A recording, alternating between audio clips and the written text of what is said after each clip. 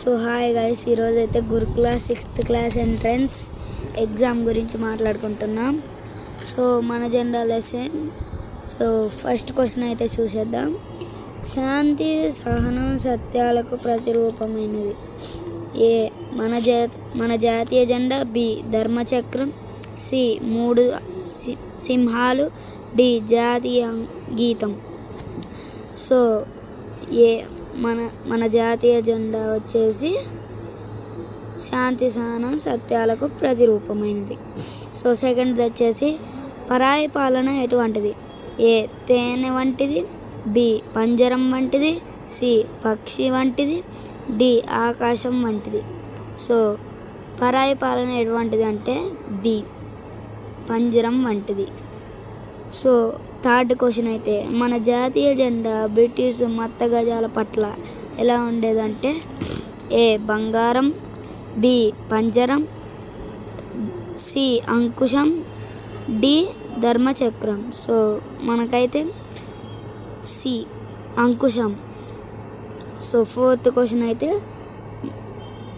మన జాతీయ జెండాలో ఉన్న రంగులు. ఏ కాషాయం, తెలుపు, పసుపు. బి ఎరుపు, తెలుపు, నీలం. సి కాషాయం, తెలుపు, నీలం. డి కాషాయం, తెలుపు, ఆకుపచ్చ. సో మన జాతీయ జెండాలో ఉన్న రంగులు డి కాషాయం, తెలుపు, ఆకుపచ్చ. తెలంగాణ రాష్ట్రం జంతువు. ఏ పాలపిట్ట. బి జింక. సి ఏనుగు. డి పులి. సో మన తెలంగాణ రాష్ట్రం జంతువు జింక. So 6th question. జూన్ 2, 2014 ఏర్పడిన రాష్ట్రం. సో జూన్ 2, 2014 ఏర్పడిన రాష్ట్రం. A Maharashtra. B Tamil Nadu. C Telangana. D Mizoram. So June 2, 2014 ఏర్పడిన రాష్ట్రం వచ్చేసి తెలంగాణ గైస్. మన తెలంగాణ జూన్ 2, 2014 ఏర్పడింది. సో 7th క్వశ్చన్ వచ్చేసి నమామి భారత పతాకమా. ఈ వాక్యానికి అర్థం. ఏ భారత పతాకమా నీకు నమస్కరిస్తున్నాను. బి భారత పతాకాన్ని ఎగురవేస్తున్నాను. సి భారత పతాకం మాది.